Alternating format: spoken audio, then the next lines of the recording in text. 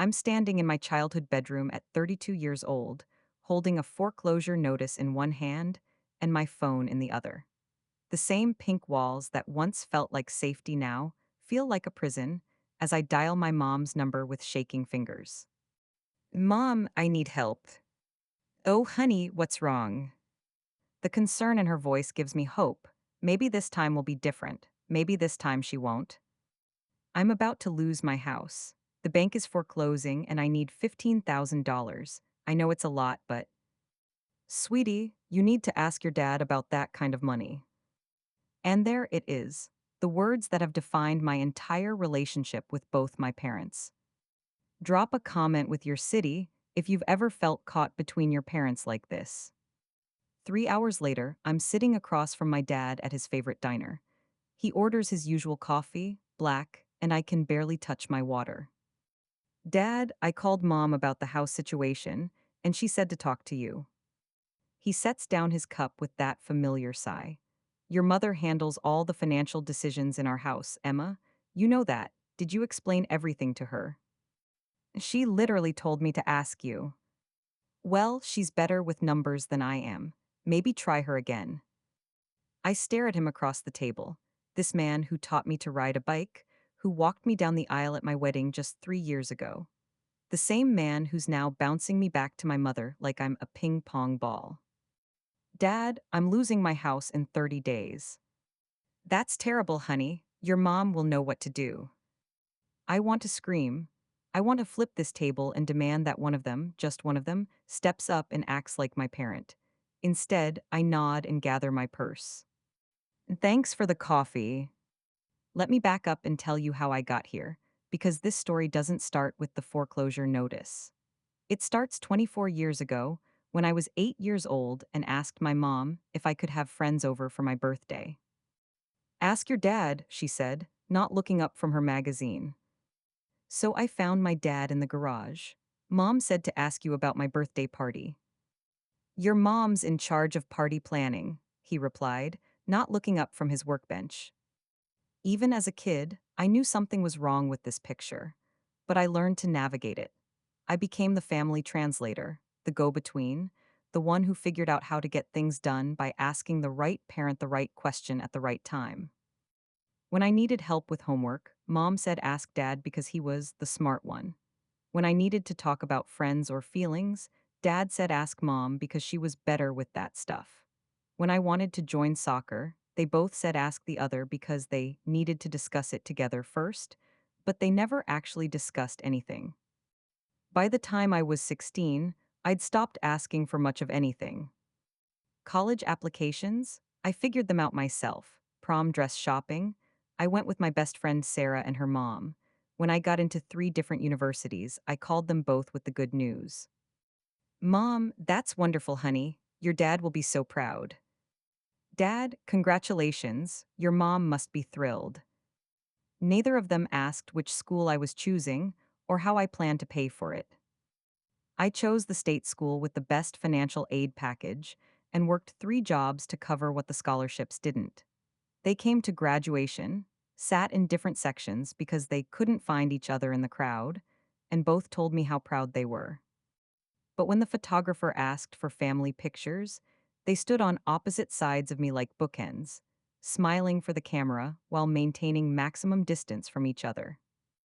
The pattern continued into my 20s. When I got my first apartment, I called to share my new address. Mom, make sure your dad has the address too. Dad, did you give your mom the new address? When I got engaged to Marcus, they were both so happy for me, but somehow couldn't coordinate on anything for the wedding. I planned the entire thing myself, with Marcus's family stepping in to help wherever my parents had left gaps. My mother-in-law, Patricia, walked me through choosing flowers because your mom will know about that stuff. But my mom kept saying, ask your dad, when I brought up the budget. Patricia ended up covering the cost of the flowers herself. She didn't make a big deal about it, just quietly took care of it when she realized no one else would. Every bride deserves beautiful flowers, she told me when I tried to thank her. You shouldn't have to worry about this stuff. I cried in the bathroom that night, not because I was ungrateful, but because it took my mother in law to show me what parental support actually looked like. The wedding day itself was beautiful, but I have this vivid memory of the father daughter dance. Dad and I swayed to The Way You Look Tonight, and he whispered, "Your mom picked this song." Later, during the mother daughter dance, Mom said, "Your dad suggested this tradition." Even in the moments that were supposed to be about connecting with me, they were still deflecting to each other. Marcus noticed it too. During our honeymoon, he said, "Your parents are interesting." That's a diplomatic way to put it. Do they actually talk to each other, or do they just use you as their messaging system? I laughed, but it wasn't funny. You figured that out pretty quick. Emma, they've been married for 35 years. How do they function? The honest answer was, they don't. They coexist. They maintain their separate lives under the same roof and use their daughter as a buffer zone. For the first year of marriage, Marcus and I had Sunday dinners with them.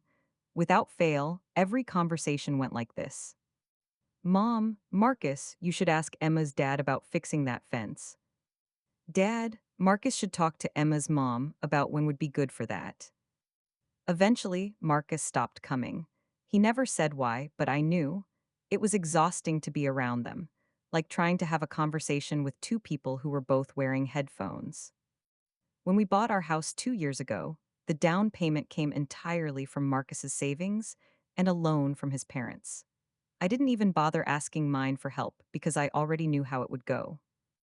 But Marcus was optimistic.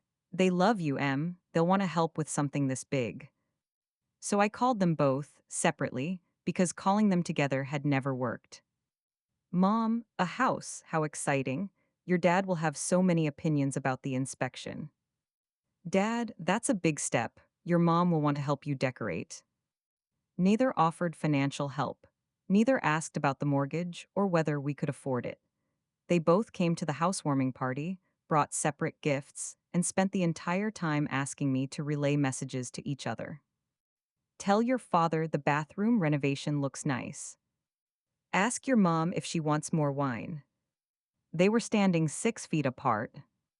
Marcus pulled me aside that night. "Do they realize they're married to each other?" I didn't have a good answer for that either. What would you do if your parents treated you like a messenger instead of their child? Drop your thoughts below. 6 months ago, everything started falling apart. Marcus had been acting distant, working late, taking calls in the other room. I knew something was wrong, but every time I tried to talk to him, he said everything was fine. Then, I found the credit card statements he'd been hiding. Gambling debt, $28,000 across 4 different cards I didn't know existed. The confrontation was ugly. Lots of yelling, lots of tears, lots of promises to get help that never materialized. I gave him 3 months to figure it out, to get into treatment, to save our marriage. Instead, he emptied our joint savings account and moved in with his brother. The divorce papers came 2 weeks later, along with the devastating news that he'd somehow managed to put our house up as collateral for more gambling debts. I called a lawyer, who explained in very gentle terms that I was basically screwed. Marcus had forged my signature on several documents, but proving that would cost more money than I had, and even if I could prove it, the creditors didn't care. They wanted their money, and the house was their collateral. I had 30 days to come up with $50,000 or lose everything. That's when I made the calls to my parents. The calls that led me here, sitting in my childhood bedroom, staring at the same ceiling I used to make wishes on. But here's the thing about rock bottom: it gives you clarity. I started thinking about all the times I'd needed them, really needed them, and how they'd always found a way to make it not their problem. And then I started thinking about the people who had shown up. Mrs. Patterson, my high school English teacher, who helped me edit my college essays when my parents were too busy. My roommate Jessica's parents, who included me in their family dinners when I couldn't afford to fly home for holidays. Marcus's family, who treated me like their daughter from day one, ironically, better than my own parents ever had. Patricia, who drove 4 hours to help me pack up the house after Marcus left. She didn't ask questions, didn't give advice I didn't want. She just showed up with boxes and coffee and stayed until everything was sorted. You don't have to go through this alone, she told me. I know it feels like you do, but you don't. It was the first time in my life an adult had said those words to me and meant them. That night, I called my sister Jenny. She's 5 years younger than me and lives across the country, but she's the only person who really understands what it was like growing up as our parents' middleman. They're doing it again, aren't they? She said as soon as I explained the situation. Like clockwork. God, Emma, I'm so sorry. Do you need money? I don't have much, but. No, don't worry about it. I just needed to hear someone say it out loud. And say what? That this isn't normal. That parents are supposed to help their kids, not play hot potato with their problems. Jenny was quiet for a long moment. You know what the worst part is? They're not even doing it on purpose. They genuinely think they're being reasonable. How do you figure? Dad thinks mom handles money because she pays the bills. Mom thinks dad handles big decisions because he's the man of the house. They've created this system where neither of them has to take responsibility for anything important, and we're the ones who suffer for it. She was right, they weren't being malicious, they were being weak. The next morning, I started making a plan.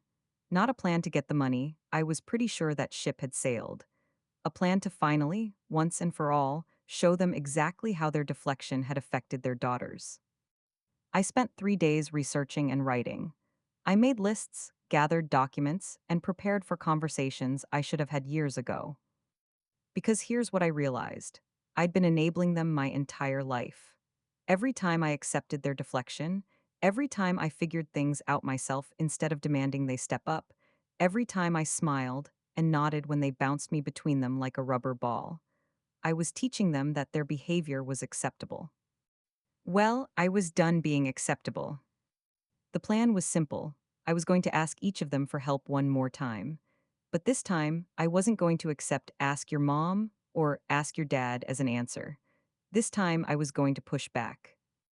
And depending on how they responded, I was going to make a decision about what role they would have in my life going forward. I started with my mom because her deflections usually came with more emotion attached.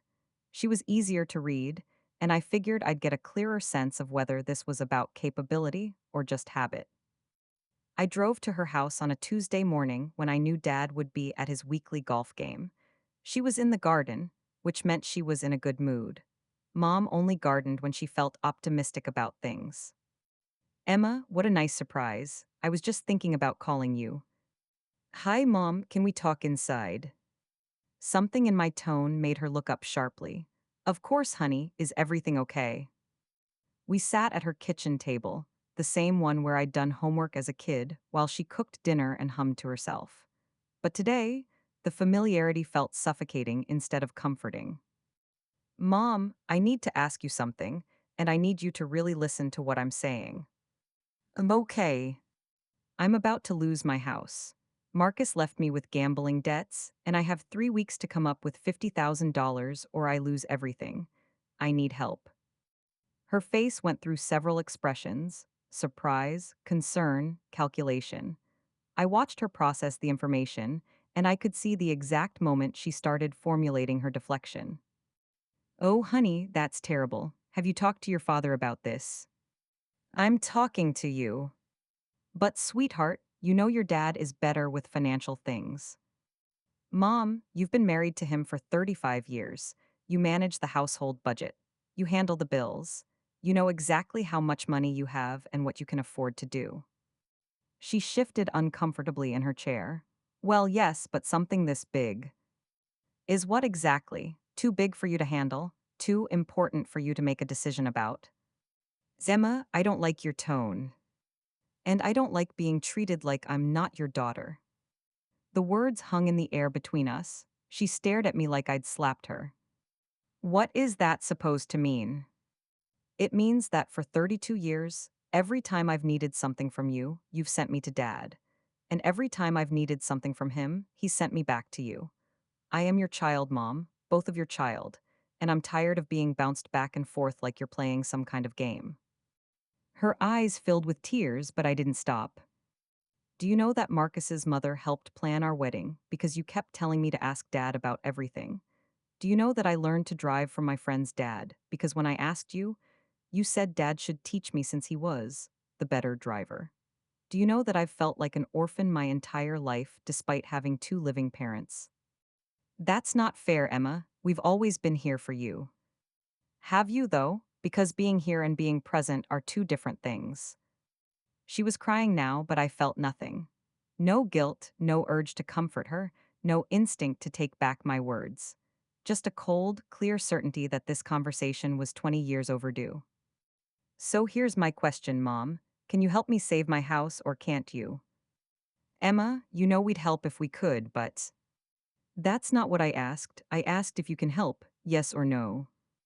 It's not that simple. It is that simple. You have money or you don't. You're willing to help your daughter or you're not. She twisted her wedding ring around her finger, a nervous habit I'd watched since childhood. Your father and I would need to discuss something like this together.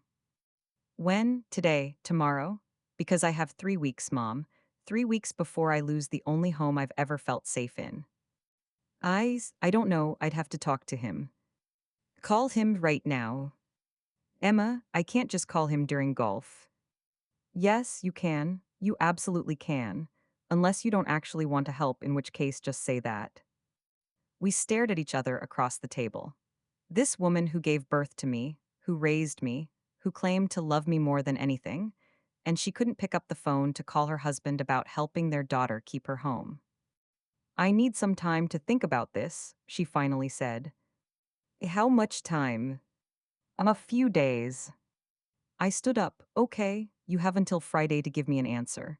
A real answer, not ask your dad. I walked to the door, then turned back. And Mom, if your answer is no, just say no. Don't make it about Dad. Don't make it about the situation being complicated. Just own your decision. I left her sitting at that kitchen table, crying into her hands.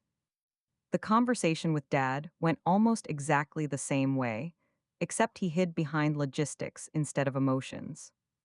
50,000 is a lot of money, Emma. I know that. Your mother handles our financial planning. I'm not asking about financial planning. I'm asking if you can help me. These kinds of decisions require careful consideration. Dad, yes or no, can you help me keep my house? I'd need to discuss it with your mother. When? When what? When will you discuss it with her? Today, tonight, tomorrow? Emma, you can't just demand that we drop everything. My house is being foreclosed on. I think that qualifies as dropping everything. He got that look he always got when pressed for actual answers, cornered and slightly annoyed. Your mother is better at figuring out what we can afford. Then call her, right now, figure it out. I'm not going to call your mother because you're demanding it. So you won't help me. I didn't say that. Then what are you saying? I'm saying this needs to be handled properly. What does that mean? It means your mother and I need to sit down and go through our finances. When? When we have time. I almost laughed. When you have time, your daughter is losing her house and you'll get around to it when you have time.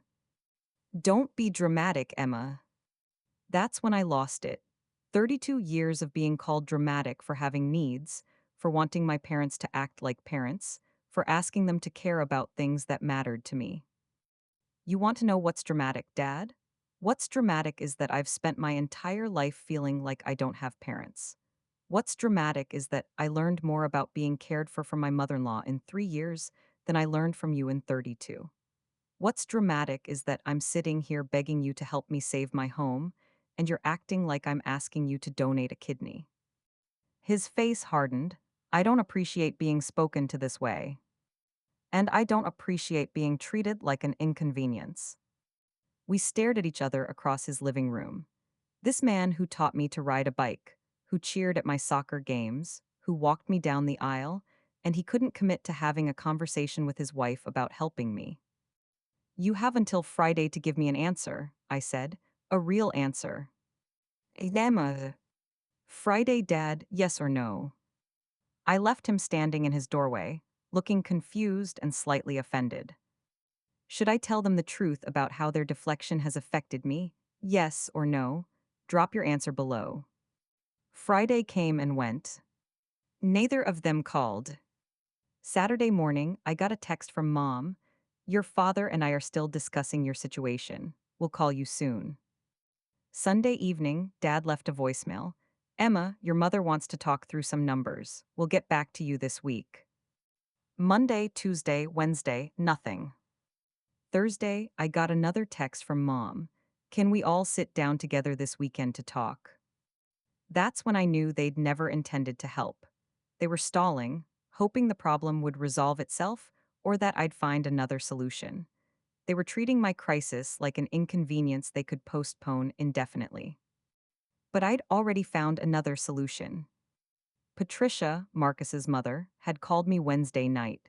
Despite everything that happened with Marcus, she still considered me family. I heard about the house, she said. I want to help. Patricia, I can't ask you to. You're not asking, I'm offering. You're my daughter, Emma. Maybe not by blood, but in every way that matters. And I'm not going to let you lose your home because my son is an idiot. She overnight expressed me a cashier's check for $60,000, enough to pay off the gambling debts and keep the house. The note with it said, "This isn't a loan, it's an investment in your future. You're worth it." I cried for an hour after I opened that envelope. Not because I was grateful, though I was, but because it took my ex-husband's mother to show me what unconditional love looked like. Now I had a choice to make. I could take Patricia's money, save my house, and pretend my parents' failure didn't matter. I could go back to managing their deflection and accepting their limitations. Or I could use this moment to finally show them the consequences of 32 years of passing the buck. I spent the weekend thinking about it, and by Monday morning, I knew what I had to do. I was going to save my house, but I was also going to teach my parents a lesson they should have learned decades ago. Because sometimes, the only way to make people understand the weight of their actions is to show them what they've lost. And they were about to lose me.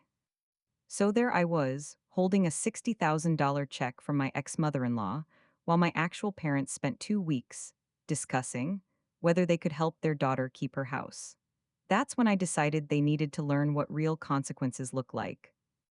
I deposited Patricia's check and saved my house, but I also made a decision that would change everything. Tuesday morning, I sent identical texts to both my parents. Emergency family meeting tonight at 7 p.m. My house. Both of you need to be there. For once in their lives, they didn't deflect. Maybe something in my tone finally got through to them. They arrived separately, of course. Dad first, looking uncomfortable in my living room like he wasn't sure why he was there.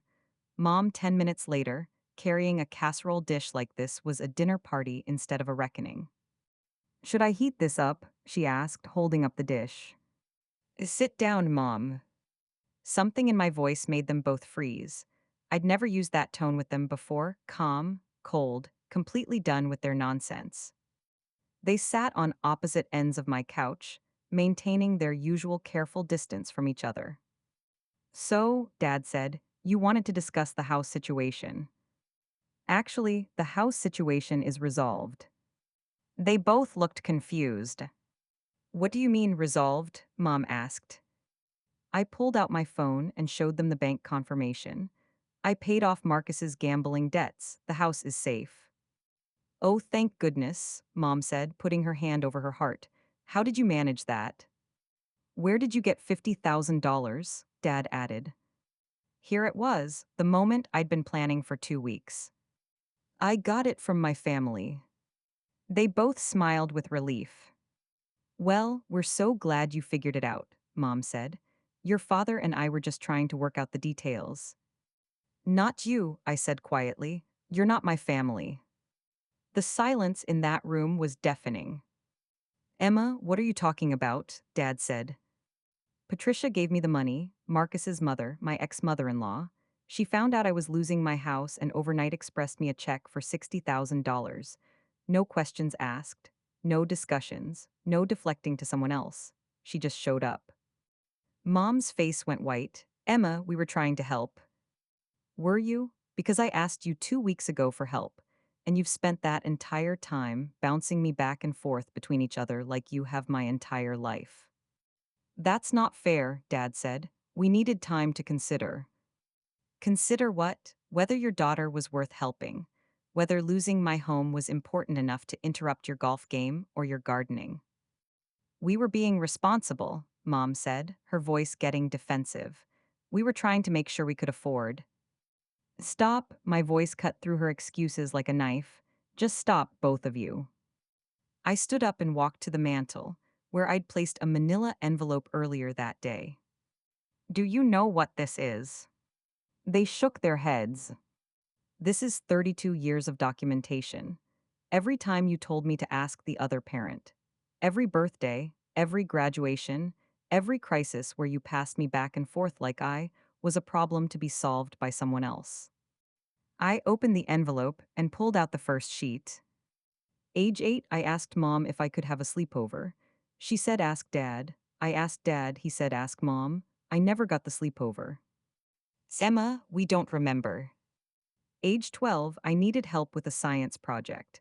Mom said Dad was better with that stuff. Dad said Mom should help since she was home more. I did the project alone and got a C. Their faces were starting to change, confusion giving way to something that might have been recognition. Age 16, I wanted to learn to drive. Mom said Dad should teach me since he was the better driver. Dad said Mom had more time. I learned from Sarah's dad. Honey. Age 18, college applications. You both said to ask the other about paying for school. I paid for college myself with loans I'm still paying off. I pulled out another sheet. Age 22, job interview help. Age 24, apartment hunting advice. Age 26, wedding planning support. Every single time you sent me to each other. Every single important moment of my life, you made sure it wasn't your responsibility. Mom was crying now, but I wasn't stopping. And 2 weeks ago, when I was about to lose my house, the biggest crisis of my adult life, you did it again. You couldn't even commit to having a conversation about it. We were going to help, Dad said weakly. When, after I lost the house, after I had nowhere to live, we needed to plan. Patricia didn't need to plan. She heard I was in trouble and she acted. Like a parent, like family, like someone who actually loves me. The words hung in the air like a death sentence. We love you, Mom whispered. Do you? Because love isn't just a feeling. It's action. It's showing up. It's taking responsibility. And you've never done any of those things for me. I sat back down, but this time I didn't choose the chair that would let them avoid looking at me. I sat right in front of them, making eye contact with both. Do you want to know what it was like growing up as your daughter? Emma. It was like being an orphan with living parents. It was like having a family who considered me a guest they were hosting instead of a child they were raising. It was like spending 32 years begging for scraps of attention and care from people who were supposed to love me unconditionally. Dad cleared his throat. We did the best we could. No, you didn't. You did the easiest thing you could. You avoided responsibility and convinced yourselves that as long as you weren't actively hurting me, you were good parents. I pulled out another document from the envelope. Do you know what this is? They leaned forward slightly. It's a list of every person who has shown up for me when you didn't. Mrs. Patterson, who helped me with college essays. Jessica's parents, who included me in family dinners. Sarah's dad, who taught me to drive. Marcus's family, who treated me like their daughter from day one. Patricia, who just saved my house. Mom's crying turned into full sobs. All these people stepped into the roles you abandoned. All these people saw that I needed parents and decided to be that for me, even though you were still alive and perfectly capable of doing it yourselves. We didn't know, Mom managed to say between tears. You didn't want to know, there's a difference.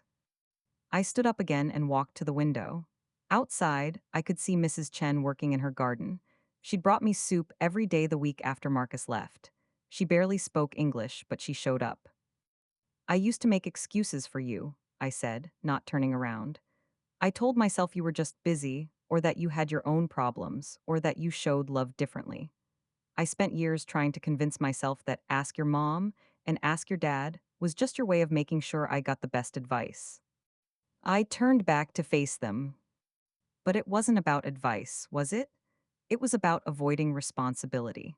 It was about making sure that whatever I needed, whatever problem I had, whatever decision needed to be made, it was never your job to handle it. That's not true, Dad said, but his voice lacked conviction. Isn't it, Dad? When was the last time you made a decision about my life without checking with Mom first? He opened his mouth, then closed it. Mom, when was the last time you helped me with something without suggesting I ask Dad instead? She just cried harder. You created this system where neither of you had to be my parent. You could both point to the other person and say, they handle that, and absolve yourselves of any actual responsibility for raising me. I sat back down, but this time I felt calm instead of angry. This conversation had been building for decades, and it felt like finally releasing pressure from a valve. The saddest part is, I don't think you did it on purpose. I think you're both just so conflict averse, so afraid of making the wrong decision or taking on responsibility, that you made deflection your default setting. And I was collateral damage. We can change, Mom said desperately. We can do better. Can you? Because you're 60 years old, Mom. And Dad, you're 62. You've had 32 years to figure out how to be my parents, and instead you've spent that time perfecting how to not be my parents. I pulled out the last document from the envelope. Do you know what this is? They looked terrified to ask. It's a letter I wrote when I was 16. I never gave it to you because I was too afraid of hurting your feelings. I opened it and began to read. Dear Mom and Dad, I love you both so much, but I feel invisible in our family. Every time I need you, you send me to each other, and I end up feeling like I'm bothering everyone. I know you don't mean to make me feel this way, but I wish one of you would just help me sometimes without making it someone else's job. I wish I felt like I mattered enough for you to figure things out instead of always making me figure them out myself. Mom was sobbing so hard she could barely breathe.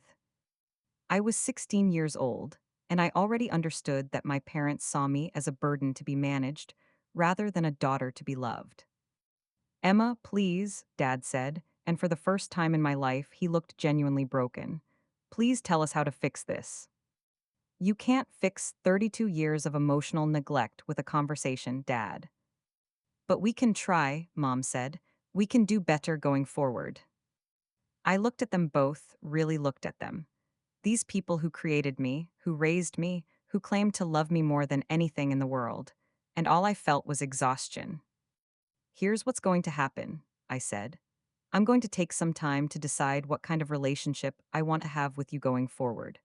And during that time, you're going to think about whether you actually want to be my parents, or if you just want to keep playing this game where you pretend to care while avoiding any real responsibility. How long? Mom asked. As long as it takes. Emma, you can't just cut us out of your life, Dad said. I'm not cutting you out, I'm setting boundaries. For the first time in my life, I'm prioritizing my emotional health over your comfort. I stood up and walked to the door. You can see yourselves out, and don't call me asking what the other parent thinks about this conversation. Figure it out yourselves. After they left, I sat in my living room for a long time, feeling something I'd never felt before: peace. For 32 years, I'd carried the weight of their dysfunction. I'd been their translator, their go-between, their problem solver. I'd absorbed their inability to communicate and made it my responsibility to bridge the gap between them. Not anymore. 3 days later, Patricia called. How are you doing, sweetheart? Better than I expected, actually. Good, and the house situation? All sorted, I can't thank you enough for.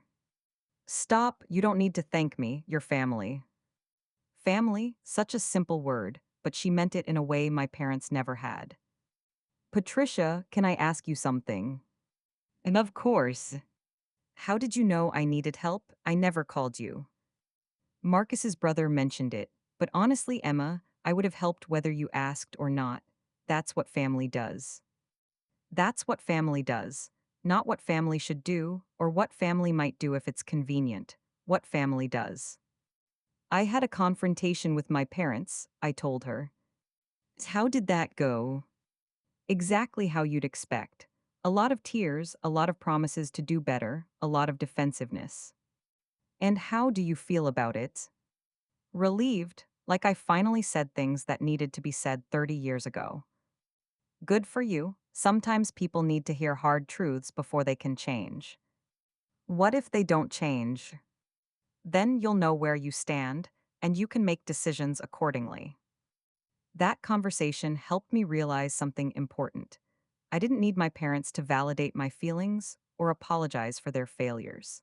I needed to stop waiting for them to become the people I wanted them to be and start building a life around the people who were actually showing up for me. 2 weeks later, Mom called. Emma, your father and I have been talking. I'm okay. We want to make this right. We want to learn how to be better parents. What does that look like to you? We don't know. That's why we need your help. Even in their attempt to change, they were asking me to do the emotional labor. Mom, I'm not going to teach you how to be my parent. That's something you need to figure out on your own. But how will we know if we're doing it right? You'll know because you'll be doing it instead of talking about doing it. She was quiet for a long moment. We love you, Emma. I believe that you think you do. But love is a verb, not just a feeling. And I need to see some action before I'm ready to trust that you've actually changed. How long should we give you space? Mom, you're doing it again. Doing what? Asking me to manage your emotions and make decisions for you. I said I need space. That means you wait until I'm ready to reconnect, not until you decide enough time has passed. Oh, I didn't realize I was doing that. I know you didn't, that's the problem. After I hung up, I felt something shift inside me. For the first time in my life, I'd set a boundary with my parents and held it. I didn't apologize for hurting their feelings. I didn't soften my words to make them more comfortable. I didn't take responsibility for fixing their reaction to my honesty. It felt like freedom. 6 months have passed since that conversation. My parents have called a few times, but they've stopped asking when I'll be ready to talk. They've stopped trying to use me as their messenger system. They've started having conversations with each other, actual conversations, about things that affect our family. It's progress, but it's not enough to rebuild trust yet. Meanwhile, Patricia and I have dinner once a week. She's helped me redecorate the house, turning it from the home I shared with Marcus into a space that's completely mine. She doesn't try to replace my mother, but she fills the role my mother never did. She shows up. My sister, Jenny, visited last month. She's been watching my boundary setting with fascination and admiration. I can't believe you actually did it, she said over coffee. And did what? Told them the truth. I've been wanting to have that conversation my entire life. What's stopping you? I guess I'm not as brave as you are. I'm not brave, Jen. I'm just tired. There's a difference. Maybe, but either way, you did something I never could. You could do it too. The question is whether you want to badly enough. She's been thinking about it since then. Sometimes it takes seeing someone else break free to realize your own chains aren't as strong as you thought. Last week, I ran into my high school English teacher, Mrs. Patterson, at the grocery store. She's retired now, but she remembered me immediately. Zemma, how are you, dear? I'm good, Mrs. Patterson, really good. We caught up briefly, and as we were saying goodbye, she said something that stuck with me. You know, I always worried about you in high school. You seemed like you were carrying too much responsibility for someone so young. You were right. But you look different now, lighter. She was right about that too. I do feel lighter, like I've been carrying a heavy backpack my entire life and finally realized I could put it down. I still think about my parents sometimes. I wonder if they're actually trying to change, or if they're just waiting for me to get over it and go back to managing their dysfunction. I wonder if they understand the gravity of what they put me through, or if they still think I'm being dramatic. But those thoughts don't consume me anymore. They don't keep me up at night or make me question my worth. They're just thoughts that pass through, like clouds across the sky. I'm building a new kind of family now. Patricia, Jenny, Sarah, and her parents who still include me in holiday dinners, Mrs. Chen next door who brings me soup when I'm sick, my coworkers who have become genuine friends. None of them are perfect. None of them love me without conditions or complications. But they all have one thing in common: they show up, they take responsibility, they don't pass the buck when I need them. That's all I ever wanted from my parents, not perfection, just presence. Maybe someday they'll learn how to provide that. Maybe someday I'll be ready to let them try. But for now, I'm content building a life around people who already know how to love without deflection. 3 days ago, I got a letter in the mail. My name and address written in my mother's careful handwriting. I haven't opened it yet, not because I'm afraid of what it says, but because I'm not ready to let them back into my emotional space.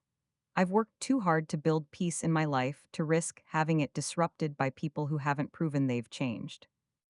The letter is sitting on my kitchen counter. Sometimes I look at it when I'm making coffee in the morning. It's like a test, not of whether they've changed, but of whether I'm strong enough to maintain my boundaries regardless of what they want from me. So far, I'm passing that test. Yesterday, Patricia and I were painting my bedroom a color I chose entirely because I love it, not because it would match anything or please anyone else. You seem happy, she said, rolling paint onto the wall. I am happy. For the first time in my life, I feel like the people in my life actually want to be here. That's what happens when you stop accepting scraps and start demanding the whole meal. She's right. I spent 32 years grateful for whatever crumbs of attention and care my parents were willing to give me. I told myself that partial love was better than no love, that inconsistent care was better than abandonment. But it wasn't. It was just a different kind of abandonment, the kind where people stay physically present while emotionally checking out. I don't know what the future holds with my parents. I don't know if they'll learn how to love without conditions, how to show up without being asked, how to take responsibility without deflecting. But I know what my future holds: peace, boundaries, and relationships with people who understand that love is a verb. And that's enough. Rate this story 110 in the comments below. Have you ever had to set boundaries with family members who couldn't show up for you? Share your story, you're not alone.